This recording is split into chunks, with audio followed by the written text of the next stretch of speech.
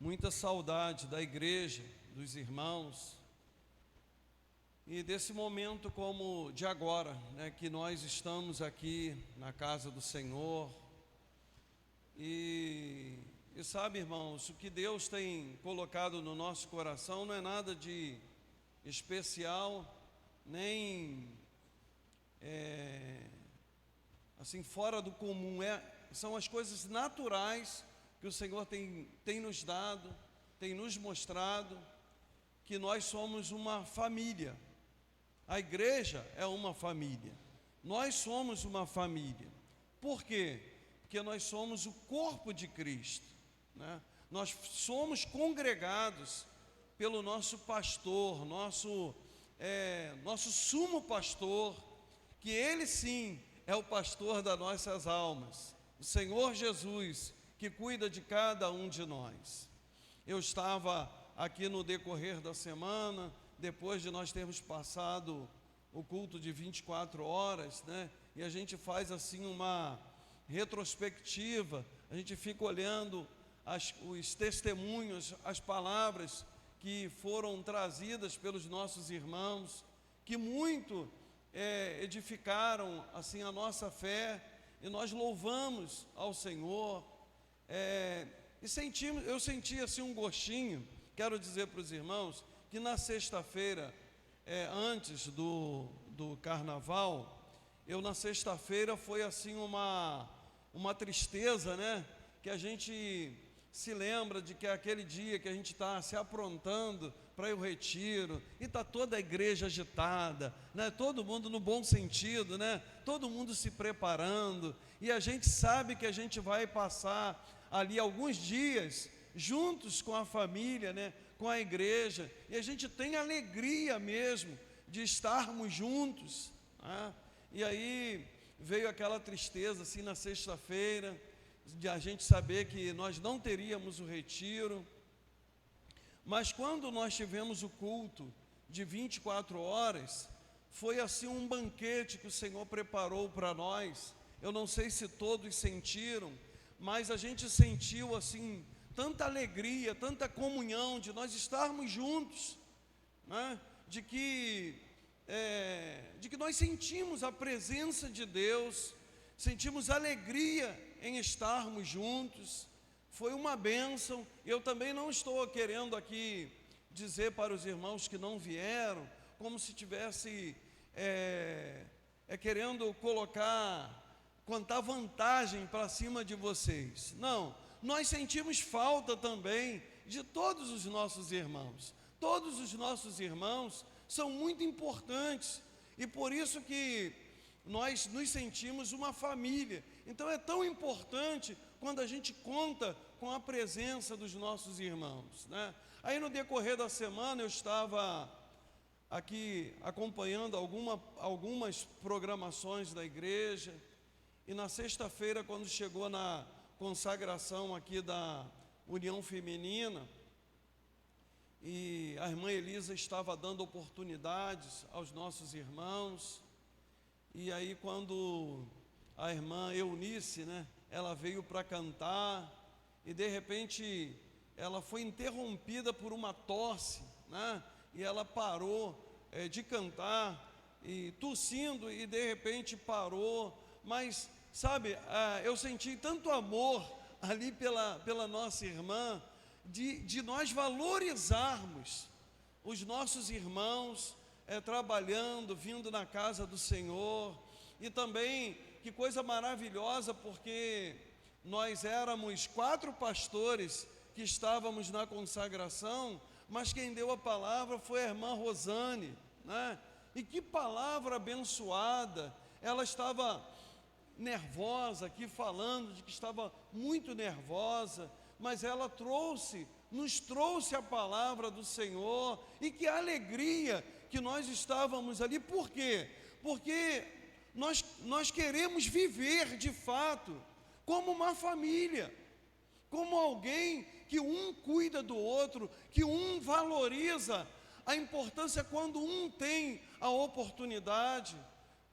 É como um filho, né? Como nós vemos um filho Assim também na igreja, nós devemos olhar um para com o outro como se fosse um filho. Você é chamado para gerar filhos. Deus tem nos chamado para nós gerarmos filhos. A Nova Holanda, nós vamos gerar filhos na Nova Holanda. Filhos que vão espiritualmente nascer, serem gerados pelo trabalho da igreja, pela oração da igreja, pela pregação da igreja, pelo trabalho, pela atividade da igreja. Nós vamos gerar juntos, é um processo em conjunto da igreja, e nós ficamos tão felizes quando a gente vê nossos irmãos trabalhando, como agora. Se tem algum lugar em que as pessoas elas são especiais e elas são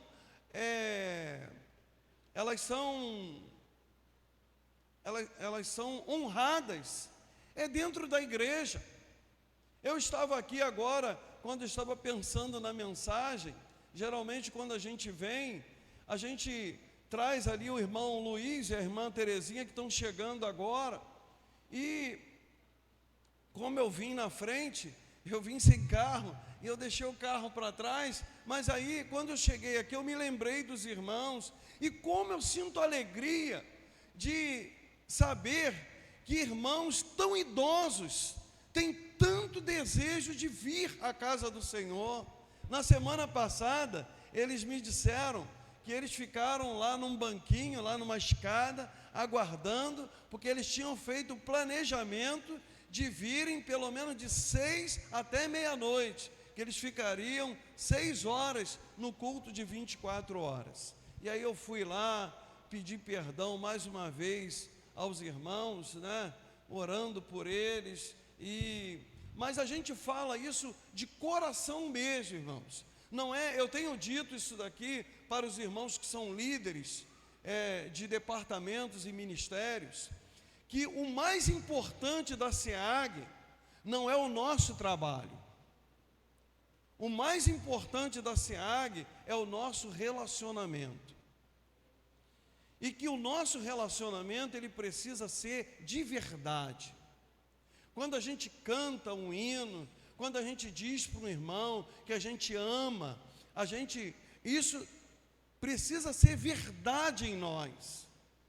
Nós precisamos buscar isso em Deus. Então, o relacionamento é a coisa mais importante. E o que é relacionamento? É o tratamento que nós temos com todos os irmãos, né? E esse tratamento não é somente para aqueles que lideram, para aqueles que trabalham, mas é o tratamento que nós desejamos, de que todos possam se sentir assistidos e acolhidos.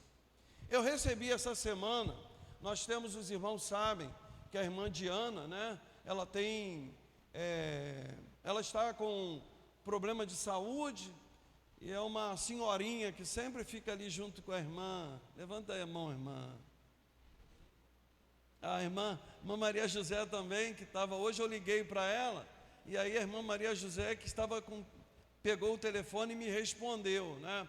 E eu fiquei tão feliz, porque no domingo, quando nós estávamos aqui no trabalho de 24 horas, eu fui ali na rua para a gente comprar alguma coisa que precisava, e aí quando eu voltei, estava a irmã Maria José e a irmã Elisa, vindo de lá e falando assim: a gente foi ali fazer uma visita à irmã Diana, mas a gente bateu na porta da casa dela, e a gente nós não conseguimos vê-la e nem falar com ela. E aí quando foi na segunda-feira, né, à noite,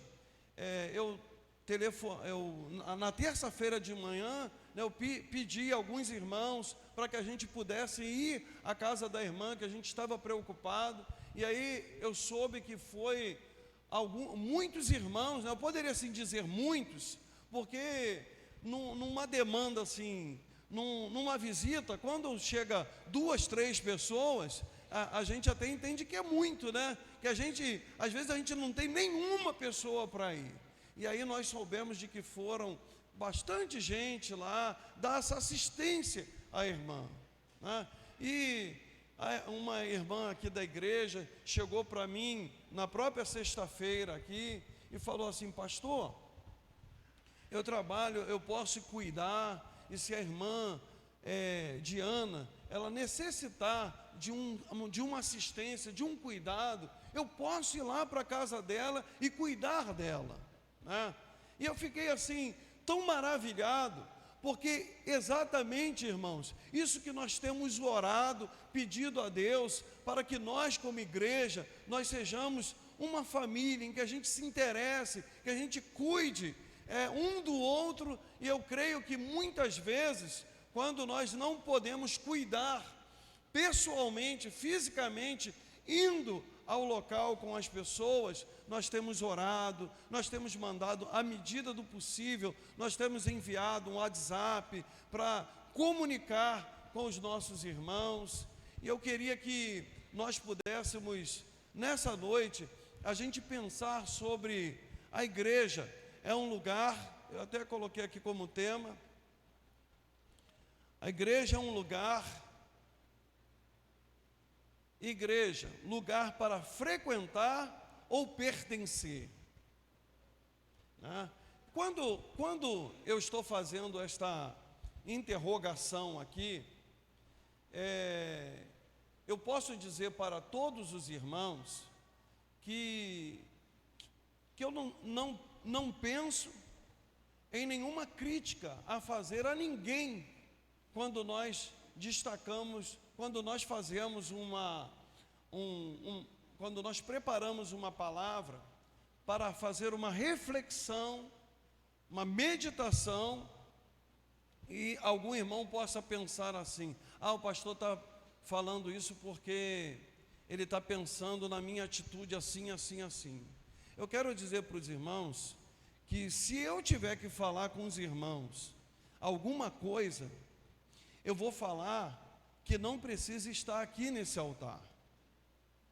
Então eu queria que os irmãos sempre entendessem que quando o pastor está pregando, o pastor não está pensando em falar pessoalmente para ninguém, porque eu acho que é um desperdício quando o pastor se ocupa de pregar para uma pessoa só, ou quando ele quer jogar uma carapuça, né? O pastor está pregando para mim, ou o pastor está falando isso de mim, ou pastor, eu acho que o pastor está falando isso. Eu já estou dizendo isso, irmãos, para os irmãos entenderem que diante de Deus, quando nós nos preparamos e pedimos a Deus uma palavra, nós não pensamos em usar o púlpito para jogar nenhuma mensagem de carapuça para ninguém, mas é uma mensagem que é para todos nós refletirmos.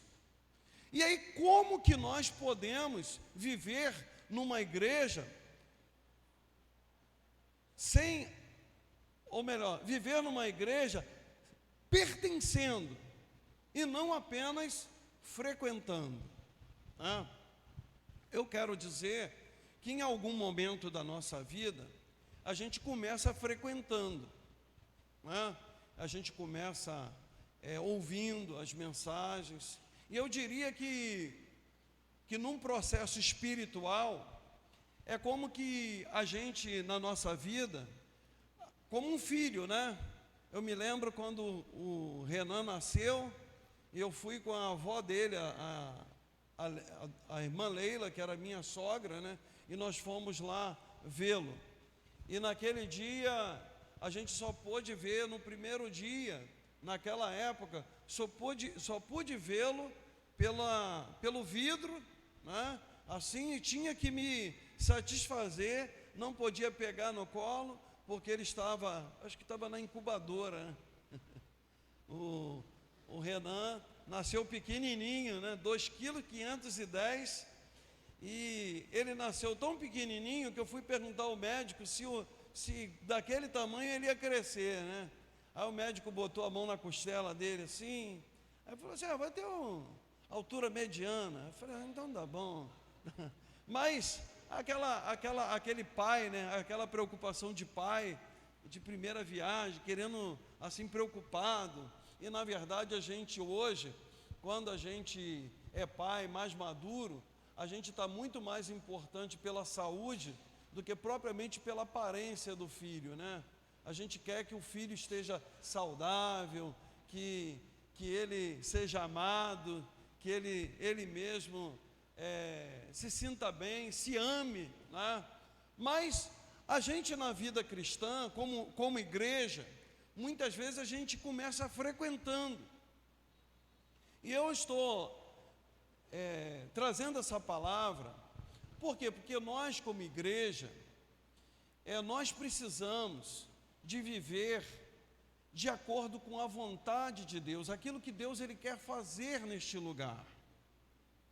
Eu estava estudando essa semana sobre igreja saudável, né? E a gente pode pensar na igreja saudável da maneira como que nós precisamos de cuidar da igreja, de trazer a palavra de Deus para a igreja. Como é que a gente pode saber se uma igreja ela é saudável? Somente pelo número de membros? Eu acredito que o número de membros ele também é um resultado de quem está saudável, porque quando a gente tem uma criança, quando a gente tem um filho adolescente e quando ele não está crescendo, o pai logo se preocupa de saber o que está acontecendo no organismo dessa criança ou desse adolescente para ele não estar se desenvolvendo, porque o crescimento é normal para uma saúde saudável. Para quem está de forma saudável, é um processo de crescimento. E nós também queremos esse crescimento. Nós queremos ganhar almas para Jesus. Nós queremos que todas essas lacunas que estão aí como uma oportunidade de uma alma chegar, nós queremos ver esse lugar todos cheios. Mas nós não queremos apenas que esses lugares sejam repletos. Nós queremos que Deus ele nos use neste lugar para nós saquearmos o inferno, para nós ganharmos almas, para que vidas sejam transformadas aqui neste lugar. Eu creio que tem muitas almas que Deus tem para salvar neste lugar, que Deus tem muita obra a realizar através das nossas vidas, e nós precisamos de uma igreja saudável. E como é que a gente pode saber se uma igreja é saudável ou se ela não é saudável? Primeiro, irmãos, quando uma igreja ela é saudável, a gente tem que olhar para essa igreja, como que essa igreja trata a palavra de Deus. Como que essa palavra ela é tratada? Nós não podemos pregar, usar um texto como um pretexto para falar apenas aquilo que a gente quer, que está no nosso coração. A gente tem que trazer uma palavra que está no coração de Deus, e o tratamento da palavra dele como centro, como alimento para a nossa vida. Por isso, irmãos, que neste ano o Senhor colocou no nosso coração. Eu confesso para os irmãos que todos os anos, eu peço ao Senhor um tema para o ano. Senhor, qual o tema que a gente pode desenvolver? Como que é importante a igreja trabalhar em cima de um alvo, em cima de um propósito? O propósito, o alvo, faz a gente se movimentar, e se movimentar em direção ao centro daquilo que Deus quer. E aí eu estava perguntando ao Senhor, e aí veio no meu coração assim, mais palavra. Mas sabe, na hora que veio essa frase assim, mais palavra, eu falei assim, mas isso não está, mais palavra, eu mesmo não estava aceitando esse tema, mais palavra. Até que o Espírito Santo foi mostrando para mim o direcionamento que ele estava querendo nos levar para a igreja, conhecer mais a palavra. E aí o Senhor começou a me mostrar, porque tem irmãos que a gente quer que ele trabalhe na igreja, a gente quer que ele se esforce. Aí o Senhor falou comigo assim: olha, quem faz o crente ser convencido do trabalho é o Espírito Santo. Mas você precisa de levar a palavra, é a palavra que transforma, é a palavra que salva, é a palavra que santifica. E aí o Senhor foi nos mostrando, e é assim, irmãos, que nós estamos nos curvando cada dia, na condição de nós querermos mais da palavra de Deus. E aí, como que a Bíblia ela é tratada? Mas qual é o centro da igreja? O centro da igreja, para onde que a igreja se converge? Qual é o ponto central da igreja? O ponto central da igreja tem que ser a palavra. Todos nós buscando a palavra como centro para a nossa vida. Os batistas, eles têm uma frase que eles dizem que a Bíblia é a nossa única regra de fé e prática, sabe? E nós também entendemos dessa mesma forma. Tudo que nós fazemos na igreja tem que ser baseado na palavra de Deus. O que isso tem como fundamento? Tem fundamento na palavra.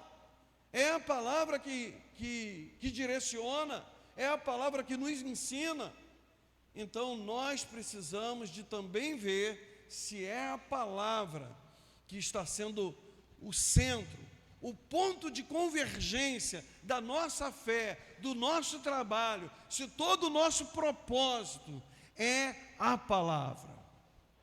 Eu estava dizendo para a irmã Natália que nós não queremos apenas que a igreja esteja cheia de crianças, não apenas, estamos fazendo um grande movimento, estamos com muitas crianças na igreja.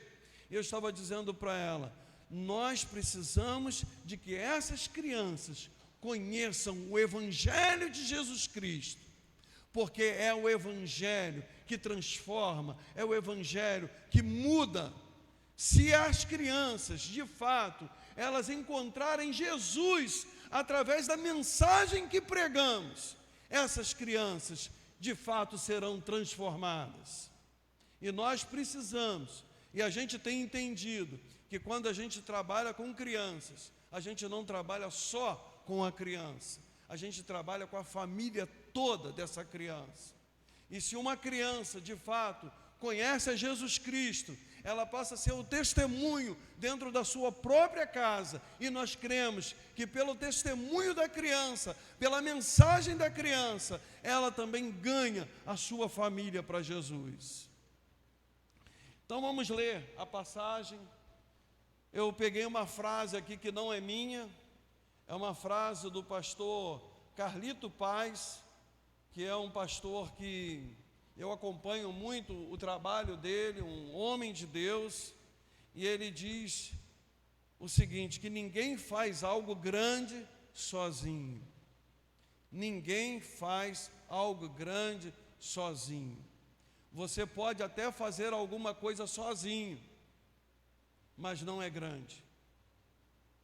E o trabalho da igreja é um trabalho grande, em que nós contamos, irmãos, com cada um. Ninguém fica de fora, ninguém está de fora. Até mesmo a irmã Helena, aqui que contando da sua fragilidade, às vezes da sua falta de ar, mas nós contamos com os anciãos da igreja, nós contamos com todos, irmãos, porque nós entendemos que oração é trabalho. Às vezes a pessoa ela não está aqui fisicamente, mas se ela em casa, ela está orando com a igreja, orando pela igreja, orando pelo trabalho da igreja, ela também está cooperando, ela também está trabalhando. Então tem muitas formas da pessoa trabalhar. E as pessoas idosas da igreja, elas nos ajudam muito, não somente com o trabalho de oração, né? A própria pastora Maria do Socorro, com seus 80 anos, ela colocou a casa dela à disposição para levar a irmã Diana. Se a irmã Diana quiser ir para minha casa, pastor, eu não tenho condições de ir à casa dela para cuidar dela na casa dela, mas eu fui lá, ela mesma disse para mim, eu fui lá, disse para ela que se ela quiser ir para minha casa, eu tenho um quarto e lá eu vou cuidar dela. Olha que coisa, irmãos, que coisa extraordinária, que coisa maravilhosa, nós pertencermos à família de Deus. E a mensagem desta noite é que você não apenas seja um frequentador da igreja, mas que você também possa pertencer à igreja. O que isso quer dizer, irmãos? Quando a gente pensa em pertencer à igreja, isso quer dizer de que Deus ele tem um chamado para você. Você pode ser um pastor. Quem sabe você pode, daqui a algum tempo, você está aqui pregando no meu lugar, ser levantado por Deus para fazer obras extraordinárias, presidir, ensinar. Isso não é o pastor que limita, não é o pastor que bloqueia as pessoas. Todos nós somos chamados pelo Espírito Santo de Deus. Eu quero dizer aos irmãos que eu estou aqui, muitas vezes a ideia que muitas pessoas têm é de que, pastor Aloísio, ele é filho do pastor, então o pastor Hamilton fez dele um pastor, né? E aí é como se fosse uma hierarquia, né? Em que o pai é pastor e ele coloca um outro para seguir o ministério. Eu tive até um pastor que hoje já está na glória, pastor Pedro, que ele era muito amigo nosso, ele vinha aqui no Rio de Janeiro, ele passou diversas vezes aqui conosco. Um dia ele aqui na igreja, ele falou isso para mim: pastor Aloísio, eu quero falar com o pastor, quero até pedir perdão ao pastor. Até porque o que aconteceu, né? Porque quando para nós sermos pastores, nós pertencíamos a uma igreja, a uma ordem de pastores, e nós tínhamos que ir lá fazer o teste para ser testado, né?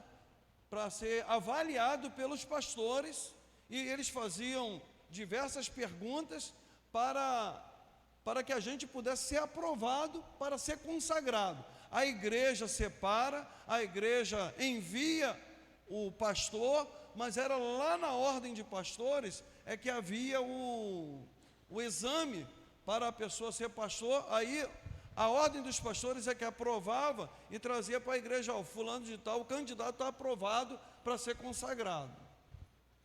E aí o que acontece? Esse pastor Pedro, ele, no dia que nós dois fomos fazer o exame, eu passei e ele não. O pastor Pedro não passou naquele dia. E aí, depois ele falou para mim assim, eu sinceramente, quando você passou e eu fui reprovado, eu falei assim, isso daí é uma jogada. Ele falando para mim, né? É porque o pastor Aloísio, ou porque o Aloísio é filho do pastor Hamilton, por isso que ele vai ser consagrado. E aí num dia, aqui num culto, que ele falou para mim assim, pastor, eu quero pedir perdão, porque eu reconheço que o pastor é chamado pelo Senhor, né? E então, muitas vezes, as pessoas pensam de que o pastor, ele é pastor porque ele era filho do pastor. Eu quero dizer aos irmãos que isso pode até acontecer em algum lugar, mas aqui não foi assim. Aos 16 anos, eu estava numa reunião da própria igreja, que era lá em Mesquita, era num colégio em Mesquita, onde estava tendo uma reunião, e ali eu tinha 16 anos de idade, quando o Senhor me chamou para o ministério. E ali eu entreguei a minha vida ao Senhor, e disse, Senhor, a partir de hoje, eu entrego a minha vida a Ti, para ser um pastor, para ser um obreiro na casa do Senhor. Então todos nós, quando nós somos chamados, nós temos um chamado. O Espírito Santo, assim como Ele nos convence para a conversão, para nos chamar, Ele também te chama para ser um pastor, para ser um obreiro, para ser um missionário. Então, aqui na igreja, irmãos, até porque, os irmãos imaginem bem, se nós queremos ganhar a Nova Holanda para Jesus, se nós queremos ganhar muitas vidas para Jesus, um pastor só não apacenta, um grupo de pastores não apacenta, nós precisamos de muitos pastores, de muitos obreiros para estarem trabalhando. Então eu queria que você pensasse nisso, que você pensasse em você ser não apenas um frequentador da igreja, mas que você fosse pertencente à obra de Deus, ao ministério da igreja, e de você dizer: Senhor, eis-me aqui, Senhor, para fazer a tua obra. E aí você pode, como nós temos recebido aqui, muitas irmãs que têm trabalhado na igreja, ajudando, lá no próprio ministério infantil, como que precisa de tantas pessoas para nos ajudarem. Nós precisamos de muitas pessoas para dizer ao Senhor: Senhor, eis-me aqui, Senhor, eu me coloco nas tuas mãos para ser usado. E aí você vai ser adestrado, você vai ser preparado e você vai ser colocado para trabalhar na casa do Senhor. E todos nós, irmãos, todos nós estaremos ganhando almas para Jesus. Eu não entendo de que se eu pregar aqui, como eu tenho pregado, e às vezes eu prego, e às vezes a gente faz o apelo, e uma pessoa vem aqui à frente. Na verdade, irmãos, quando uma alma vem aqui à frente, a igreja ganhou essa alma. O trabalho é em conjunto, o trabalho é da igreja, não é do pastor.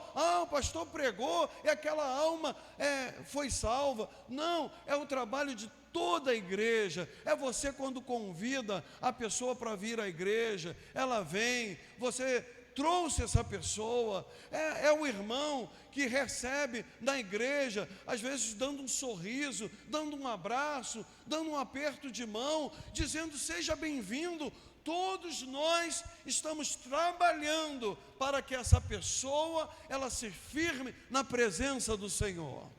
Esse é o nosso trabalho, irmãos, é um trabalho em conjunto. Ninguém faz a obra de Deus sozinho. Eu não faço a obra, eu tenho clamado a Deus, eu tenho pedido a Deus para levantar os irmãos, para levantar a igreja cheia da unção de Deus, cheia do poder de Deus, para nós fazermos a obra do Senhor.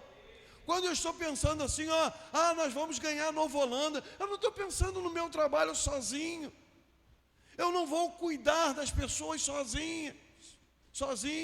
Eu não vou conseguir fazer o trabalho sozinho. Eu conto com cada um dos irmãos.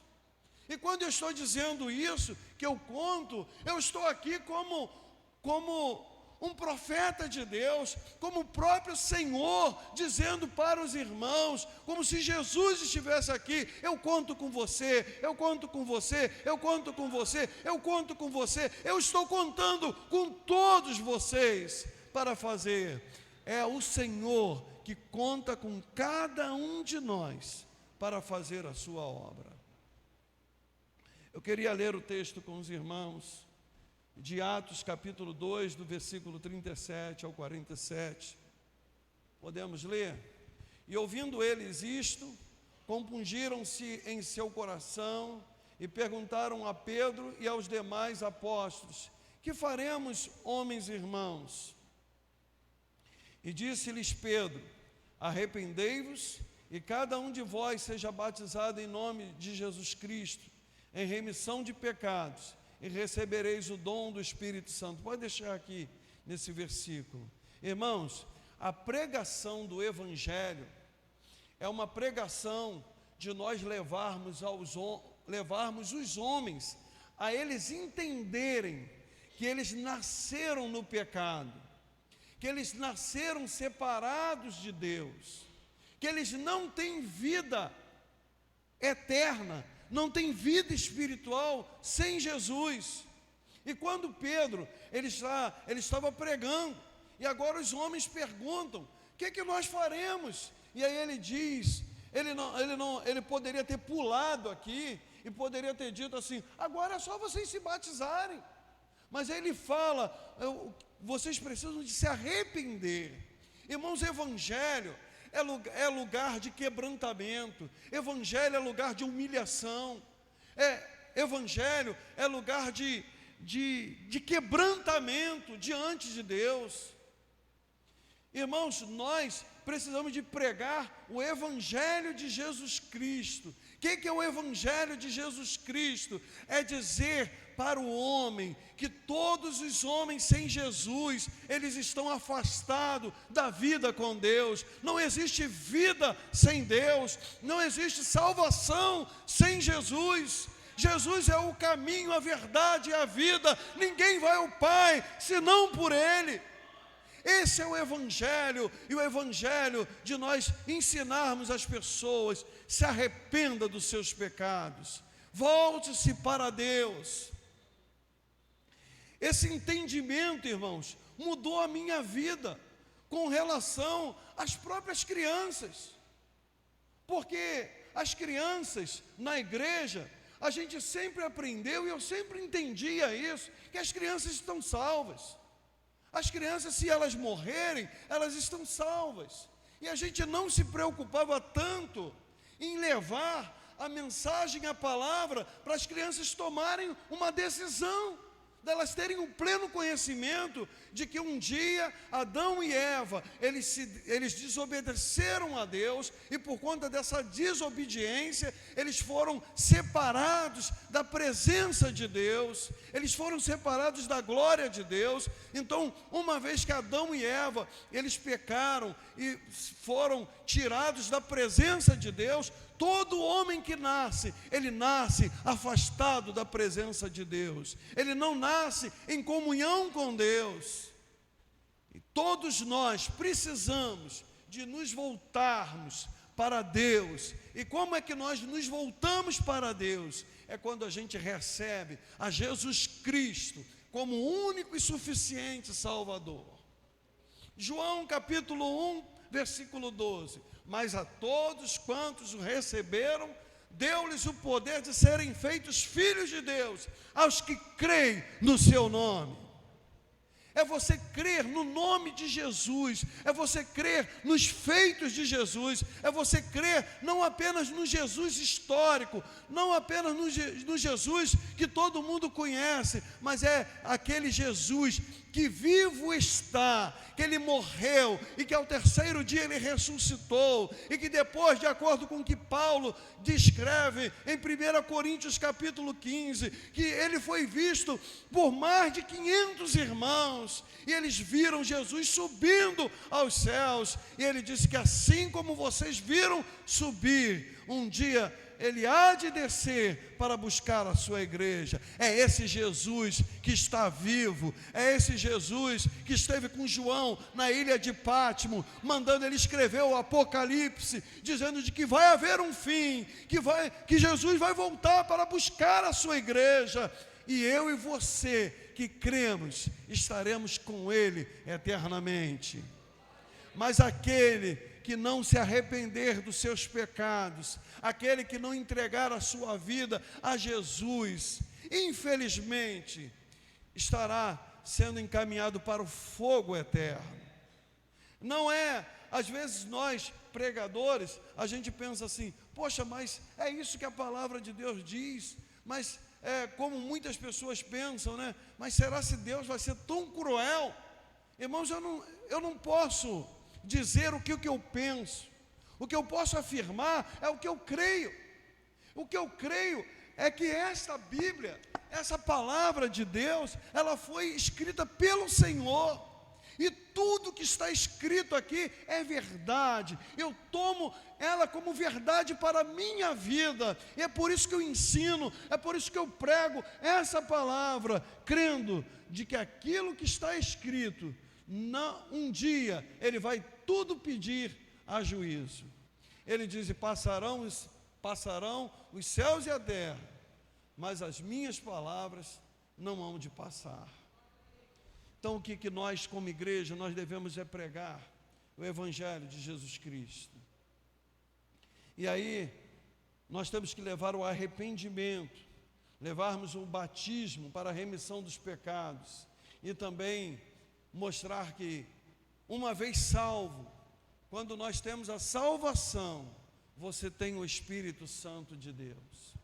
Irmãos, dos selos mais importantes para a nossa vida é você ter o Espírito Santo. Você pode saber se você é salvo ou não, porque se você não tem essa voz lá no interior que fala contigo, a voz do Espírito, se te falta isso, te falta conversão. Porque para todos nós que recebemos a Jesus como nosso Salvador, nós recebemos o selo da salvação, que é a presença do Espírito Santo de Deus dentro da nossa vida. Os irmãos já leram que o único pecado que não tem perdão é contra o Espírito Santo. Por que é contra o Espírito Santo? Porque é o Espírito Santo que trabalha para convencer o homem para a salvação. Eu sei porque no dia que eu me converti, no dia que eu entreguei a minha vida a Jesus, o Espírito Santo falou dentro do meu coração: onde tu passarás a eternidade? E aquilo dali me impactou. E eu sabia que aquela pergunta era uma tomada de decisão da minha vida. Eu precisava de tomar decisão. Eu já tinha ouvido falar de Jesus, eu já conhecia o Evangelho, mas eu precisava de tomar uma decisão da minha vida. E aí foi naquele dia que o Espírito Santo falou ao meu coração, é que eu entreguei a minha vida para Jesus. Se o Espírito Santo fala com você, e se você resiste, você está resistindo o próprio Deus, que está te convencendo. E Ele fala: hoje é o dia da tua salvação, entrega a tua vida para mim, eu quero entrar dentro de você, eu quero fazer morada. E a gente, quando a gente não conhece ainda Jesus, quando a gente ainda não tem a vida no Espírito, a gente fica especulando, a gente fica pensando. Eu acredito que muitas pessoas ficam pensando, como é que vai ser minha vida? Como o pastor Hamilton disse que aos 23 anos, tinha suas amizades, tinha o pagode, a rapaziada que tocava, que animava nas festas, E agora o pastor Hamilton entregou sua vida para Jesus. E ele certamente ficava, poxa, vou perder essa amizade. Muitas pessoas pensam, mas e as minhas amizades? E aí o que Deus tinha preparado para o pastor Hamilton e para todos nós é muito maior do que aquela vidinha que o pastor tinha, e que depois, quando encontra a verdade, aí é como o pastor diz, e como muitas pessoas dizem, que eu poderia ter me convertido muito mais cedo, eu poderia ter entregado minha vida seria outra. E é isso que Jesus ele tem para você também, você que ainda não tem o Senhor, você que ainda não entregou a sua vida a Jesus. E Ele está batendo na porta do seu coração, e Ele está dizendo: eis que estou à porta e bato. Se você abrir, é para nós entendermos como que as coisas de Deus, toda ela tem os seus princípios. Deus ele não invade, Ele não arromba a porta do teu coração e entra. Não, você tem que querer, você tem que receber. E aí Ele entra, e aí quando Ele entra, Ele toma a direção da sua vida, e a sua vida passa a ser diferente. Amém? A gente vê isso, Estava vendo quando a Maria assim que a Maria veio aqui para a igreja, eu ainda estava lá na classe dos novos convertidos. Depois o pastor Roberto foi, né? E aí a Maria chegava e a gente via assim, ainda com aqueles carrapichos, né? ainda trazendo aqueles pensamentos, né, mundanos, né? E aí o Senhor foi trabalhando na vida da Maria, foi limpando, né? E hoje a Maria está aí, uma bênção, secretária do evangelismo da igreja, primeira secretária do evangelismo da igreja. Glória a Deus, né? Bem, então deixa eu acabar de ler aqui, irmãos. E diz assim, 39: porque a promessa vos diz respeito a vós, a vossos filhos e a todos os que estão longe, a tantos quanto Deus nosso Senhor chamar. E com muitas outras palavras isto testificava e os exortava, dizendo: salvai-vos desta geração perversa. Irmãos, a vida sem Jesus, a vida fora da casa do Senhor, é uma perversidade. Sabe, irmãos, nós como igreja, nós precisamos entender o seguinte: nós como igreja, nós precisamos de nos unir, nós estarmos nos amando de verdade. Quando eu falo amar de verdade, é porque o apóstolo Paulo, ele na carta aos Romanos capítulo 12, agora eu não me lembro qual é o versículo, mas ele diz assim, ó, que o vosso amor não seja fingido. Sabe, o nosso amor, ele não pode ser fingido, porque tem amor fingido, mas o nosso amor em Cristo não pode ser de fingimento. Nós temos que amar de verdade, amar nossos irmãos de verdade, de coração, não fazendo acepção de pessoas, né? Eu gosto mais do irmão fulano e de Beltrano. A gente às vezes tem mais alguma afinidade com alguma pessoa, mas a gente tem que amar a todos, a gente tem que respeitar a todos, tanto crianças como pessoas idosas na igreja devem ter o mesmo tratamento, com respeito e com dignidade, tratando a todos. Isso, eu falo isso para a igreja, porque esse é o evangelho de Jesus Cristo, de nós não fazermos acepção, nós tratarmos as crianças com respeito, com dignidade, todas elas, sejam elas de colo ou não, você precisa de ter respeito pelas pessoas. Eu fui visitar uma irmã, ela morreu, alguns dias depois, né? E eu, para visitá-la, eu nem fui tocá-la, né? Eu achei assim que eu não estava no direito de tocar na irmã, né? Porque estavam ali os familiares da irmã, mas eu pensei assim, se essa irmã tivesse consciente, ela ia gostar que eu colocasse a mão na cabeça dela.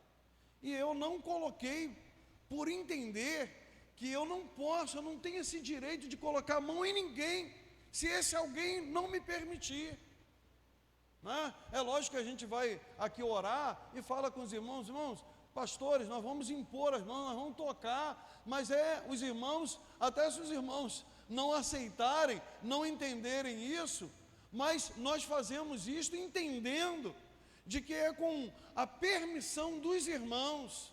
Então tudo nós precisamos de fazer com respeito, com dignidade, cuidando. Mas o que eu queria falar para a igreja, nós temos 3 inimigos contra a igreja, e que nós precisamos de entender isso, irmãos. Primeiro, é que o diabo, ele é o Deus desse mundo, ele não vai se converter, ele vai trabalhar em oposição à igreja.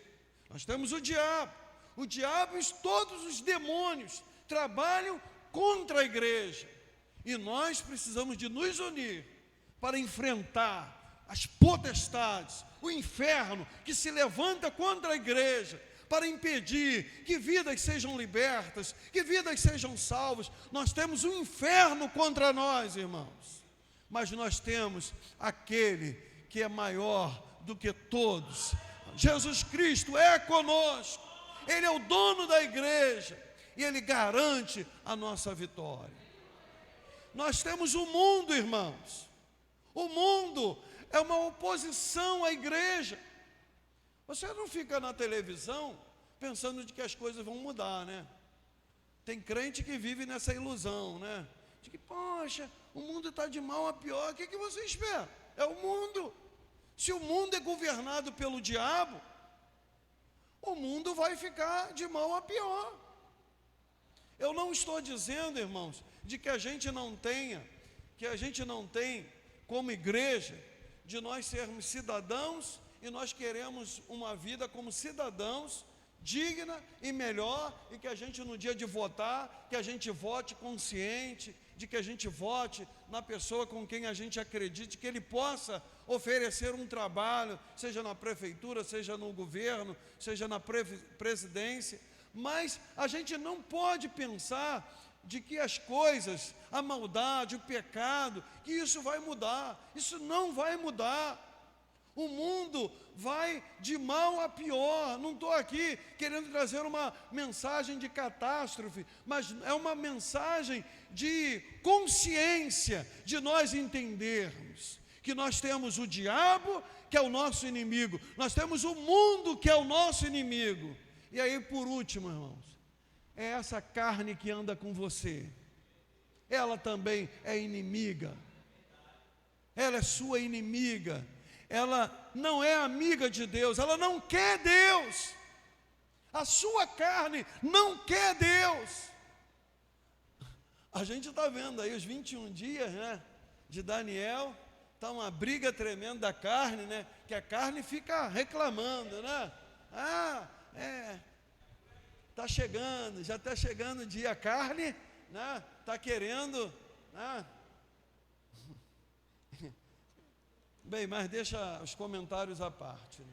Mas eu quero dizer, irmãos, de que a nossa carne, por que quando a gente diz que a gente precisa de mais de palavra, você precisa de mais de Deus? Hoje de manhã nós lemos aqui Filipenses 3,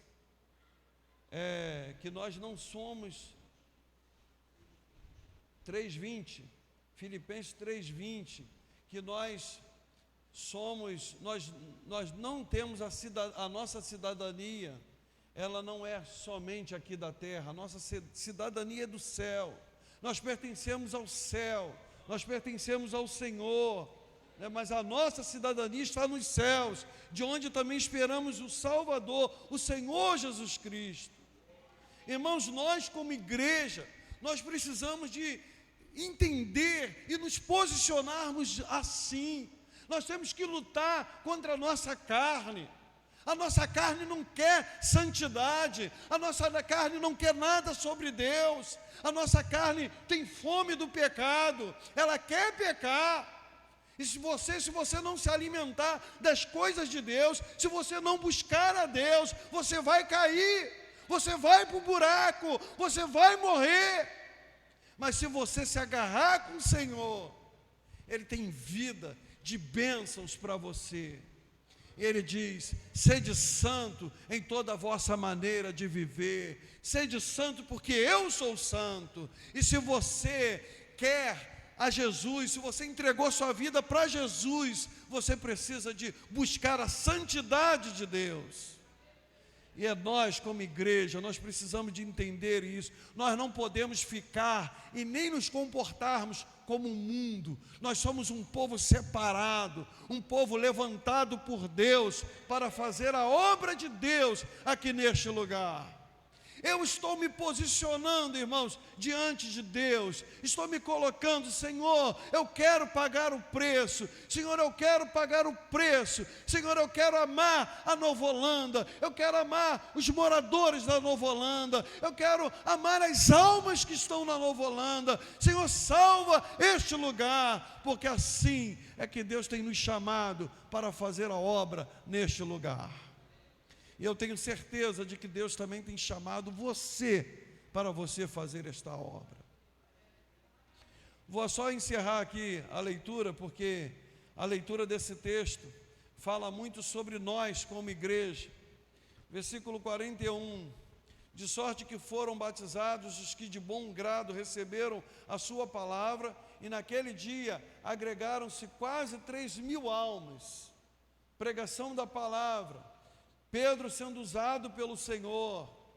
Versículo 42, e perseveravam na doutrina dos apóstolos, e na comunhão, e no partir do pão, e nas orações. Irmãos, algumas igrejas entendem que uma igreja apostólica, ela precisa de ter um apóstolo, né? E muitas igrejas até consagraram um apóstolo. A nossa igreja é uma igreja apostólica. A nossa igreja também é uma igreja apostólica. Por que que ela é apostólica, pastor? Porque nós seguimos a doutrina dos apóstolos. Aquilo que os apóstolos pregaram, aquilo que os apóstolos ensinaram, é a palavra, a mesma palavra que nós pregamos. Não existe salvação sem evangelho. O que é evangelho? Evangelho é a gente pregar que o nosso Cristo, o nosso Senhor, o nosso Salvador, Ele morreu, mas ao terceiro dia Ele ressuscitou, e Ele está vivo, e todos aqueles que creem, todos aqueles que o recebem, também recebem o evangelho, e recebem a vida do evangelho. Essa é a nossa pregação. Essa é a pregação da igreja. E uma igreja saudável é uma igreja que prega o evangelho. Irmãos, vamos pregar o evangelho. Precisamos de pregar o evangelho. Precisamos de anunciar o evangelho. Muitas pessoas conhecem Jesus histórico, mas não conhecem o Jesus de verdade. O Jesus que está vivo. As pessoas, muitas pessoas, não conhecem. E Deus espera de mim e de você, para nós levarmos esse evangelho às pessoas, para que elas possam se arrepender e para que elas possam viver de verdade a vida que o Senhor tem reservado para elas. Curve a sua cabeça, irmão. Pai querido, nós queremos te agradecer pela porção desta palavra nesta noite. Ó Deus, e pedimos que o Espírito Santo do Senhor, que convence nossas vidas, que nos fala através da Tua palavra, ó Deus, que a Tua palavra nesta noite pregada, que esta mensagem pregada, Senhor, toque corações, que salve vidas, Senhor, que restaure vidas, Senhor, que também a nós como igreja, Senhor, nós queremos ser, Senhor, sacudidos pelo Teu Espírito Santo. Nós queremos, Senhor, uma mudança de vida. Senhor, nós queremos, Senhor, mais e mais nos quebrantarmos na Tua presença. Senhor, nós queremos, Senhor, trabalhar para Ti. Nós queremos ganhar almas para o Teu reino. Senhor, nós queremos cuidar dos nossos irmãos. Senhor, nós queremos tratar bem nossos irmãos.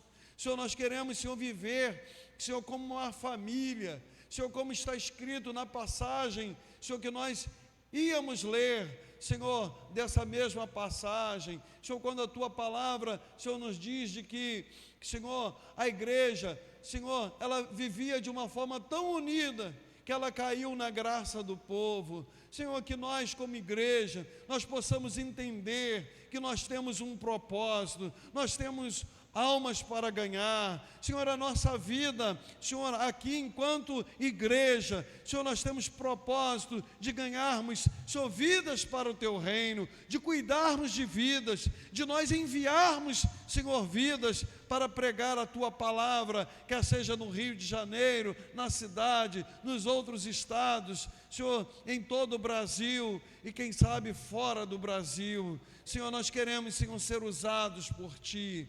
Senhor, nós queremos viver, Senhor, no centro da Tua vontade e do Teu querer.